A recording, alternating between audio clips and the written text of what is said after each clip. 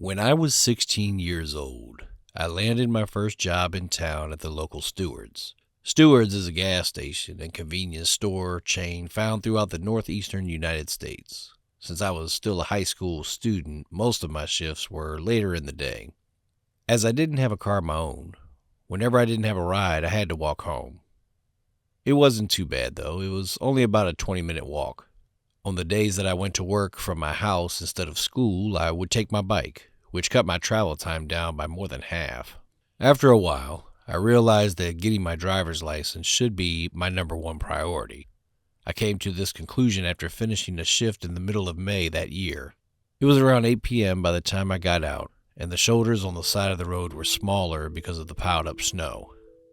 This meant that on my walk home, I was pretty much just walking on the road. It was really dark by that time, so to be safe, I made sure to shine my phone's flashlight on the ground in front of me to alert any oncoming drivers that I was there. The only problem was that my phone was already pretty old, and the battery drained super quickly. Before I even made it a quarter of the way home, it died. That's why I was grateful when I noticed headlights coming up from behind me. As they passed me, I saw a large 18-wheeler truck pull off to the side of the road. Nothing bad ever really happened in my town. I wasn't very cautious when accepting help from strangers, so when a man offered me a ride after stating that he almost missed seeing me, I quickly agreed. The driver appeared to be in his late 30s or early 40s, and as far as I could tell, he was kind. He inquired about my destination, and I informed him that my house was just up the road. During the journey, we conversed about our jobs, and I asked him how long he had been a truck driver. He mentioned that he had been driving since he was 18 years old. When I inquired about the company he worked for, he said, "Oh, here and there," which should have indicated to me that he might not have been employed by a firm in my area, as he had claimed. However, I didn't think much of it and enjoyed the ride. As we approached the turn from my road, I had alerted him that we were about to reach my destination, but he didn't seem to respond. I repeated myself, but he still didn't react. I reached for my phone in my pocket to check directions, but he suddenly told me not to do that. Confused about what was happening, I glanced at him, growing increasingly worried by the second. As he drove past the turn from my street, my heart raced, and I stared at him, attempting to communicate that we had missed my street. However, the words failed to leave my mouth. After a second, he looked over to me and gave me a small chuckle before saying very calmly, "Just don't do anything stupid, and you'll be fine." I turned to face the dashboard as I tried to run through every way that I could possibly make it out of this truck without him catching me. This was when I decided that my only chance would be to try to catch him off guard. I asked him where he planned on taking me, hoping that I could distract him while I slowly used my right hand to get my phone out of my pocket. But once I had it in my hand, I remembered that it was dead. Calling for help would be useless. However, just as I was about to give up hope on my phone, I thought of something that ended up saving my life. I took a deep breath before using my left hand to unclick my seatbelt. As soon as that caught the driver's attention, I threw my phone at his head as hard as I could. Now, I know that it wasn't far enough to really get speed on my throw, but I used to pitch for the middle school and high school baseball teams, so I knew that I could do a little bit of damage if I tried. The phone smacked the man in the face, sending his head into his hands as he clutched his nose. I took this opportunity to unlock and open the truck door. Without thinking about the consequences, I jumped. I tucked and rolled as I hit the ground, but I felt something pop in my hip as I rolled along the pavement. I couldn't waste any time, though. I knew that we had only passed my road a minute or so before that, so I knew that I wasn't far from home. I got up and began sprinting through the woods along the side of the road and didn't look back. As soon as I made it up to my porch, I threw myself into the house and locked the door shut behind me before calling the police. My mom got home about an hour after the incident, and the police were still in our driveway. After taking my statement and a description of the truck, the police had my mom take me to the hospital. Nothing was broken from the fall, but I did have a bruised hip bone. Most importantly, I was alive.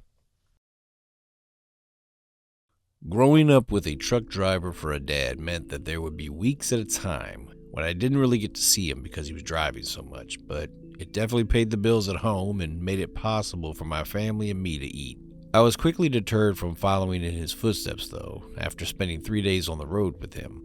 I had just turned 12, and for my birthday I had practically begged him to let me go with him, and finally he agreed. It was a short trip compared to the route he usually drove, and we both thought it would be a great bonding experience, and it was. We had a lot of fun at the start of the drive, just listening to music and eating some burgers on the road, and that first night when we slept in the cab, it sort of felt like I was camping. I couldn't have been happier. The next day, my dad tried to teach me a lesson that I think everyone could learn, which is to be kind to others even if you don't know them. Only, I doubt he expected it to backfire the way it did. Now, I should point out that this was during the 90s, and people were a lot more trusting of others back then. On top of that, my dad was always a bigger guy, so there weren't many people who could intimidate him. That being said, as we were driving down the road, we both noticed a man walking along the shoulder. Right away, my dad started to slow down. At first, I thought it was just to go safely around him, but instead, my dad pulled the truck up beside him and asked him where he was going and if he needed a ride. I'll never forget the smile on the man's face. It was like my dad had just done the nicest thing in the world for this guy. He let us know that he was just walking back to his house, which was a couple of miles up the road. So my dad told me to hop in the back and told the man to get in. We started driving again, and my dad started talking with the man, who seemed to be a really nice guy. But once we had gotten to the road that he told us he lived on, we saw that his driveway was a long dirt path. And since there was no way my dad's truck would have been able to turn around in it, he let the man know that he would have to drop him off at the end of the pathway. The man didn't like this for some reason, and all of his gratefulness seemed to disappear from his body. Instead of asking my dad to drive him down the dirt road, it sounded like he was beginning to demand it. And when he began to raise his voice, my dad had finally had enough. He informed the hitchhiker that he had me in the truck with him and very respectfully asked the man to calm down. That was when I saw the man beginning to fumble around in his pocket. I slid myself further back into the cab of the truck as I saw him pull out a knife from his pocket and pointed it toward my dad. My dad asked the man to calm down again and tried to usher him to lower the knife, but the hitchhiker just grew more agitated. For some reason, he began demanding my dad's wallet and asking what else he had on him. The man took the wallet, but when he learned that we didn't have anything else, he turned to look at me. My dad attempted to regain the attention of the man. However, the man perceived it as a threat and lunged forward with the blade in his hand. My dad took a deep breath as the knife punctured his stomach. The man then removed the knife and turned to me. I didn't know what I would have done if my dad had lost consciousness. Before the man could turn his weapon towards me, my dad charged at him and seized hold of him. I seized the opportunity to unlock the passenger side door, which my dad utilized to throw the man out. We swiftly locked the door. My dad wasted no time. He drove himself to the hospital away from the man who had just attacked us. It was there that we talked to the police, who located the man walking down the road where we had left him. When the police apprehended him, he began to overdose on whatever substance he had consumed before we picked him up. He ended up at the same hospital as my dad and me before being charged with assault. I loved working in Arizona, especially as a driver for the Ross Distribution Center. It was the best trucking job I ever had. Unlike most truckers, I typically never had to work any overnight shifts. Many of my shipments only took me about 3 hours away from the distribution center. This meant that I got to spend most nights at home with my family. I'll never forget the one time I didn't make it home after my shift, though. It all started when I was picking up a newly filled trailer for my truck that I was going to be taking to 3 of the Raw stores in the area. When I showed up at the distribution center, I was told that it might take a while to load up the truck because they were short-staffed. So I offered to lend a hand, and they were so short-handed that they allowed it. I helped another worker in the warehouse load boxes and pallets into the truck that I was going to be hauling off, and we were done in no time at all. They thanked me, and then I began making my way to the first store. It wasn't until about an hour into my drive that I realized that I had left my water bottle in the back of the truck. Now, anyone who's been in Arizona in the summer will tell you that hydration is essential. It can get blistering hot outside. I was getting thirsty, and I knew that I had about 45 minutes until I reached the first store on my route.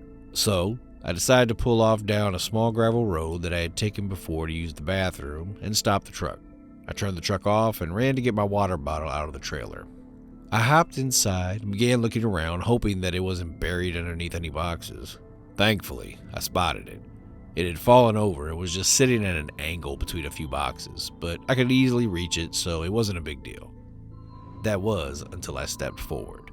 I don't know exactly what caused it. It could have been the subtle shake of the trailer as I walked through it, or that I simply didn't open the door all the way. But before I knew it, the door to the trailer began falling shut behind me.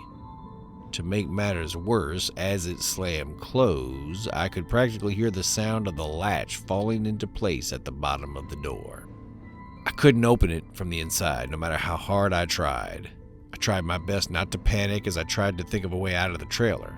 There was no way to open the door, and I didn't think I would need my phone, so I ended up leaving it plugged up in the front. I began to hyperventilate as I realized that I wasn't going to be able to get out until someone found and helped me. I hoped that someone from the Ross that I was supposed to show up at would call my manager's office, but even if they did, I didn't know how they would find me.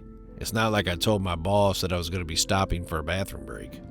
The first day was the worst of it. I had never felt the heat so intense in my life.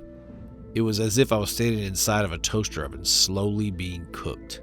I could feel myself getting lightheaded after about an hour, and once I had finished all of my water, all I could do was hope to be found soon. It wasn't long before I passed out.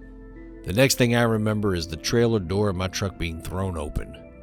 I remember the sunlight was blinding, and then everything went black again before I finally woke up at the hospital. I had been passed out in the back of the truck for presumably 12 hours and wasn't found until the next morning, when a family who lived down the gravel road had driven by and called the police.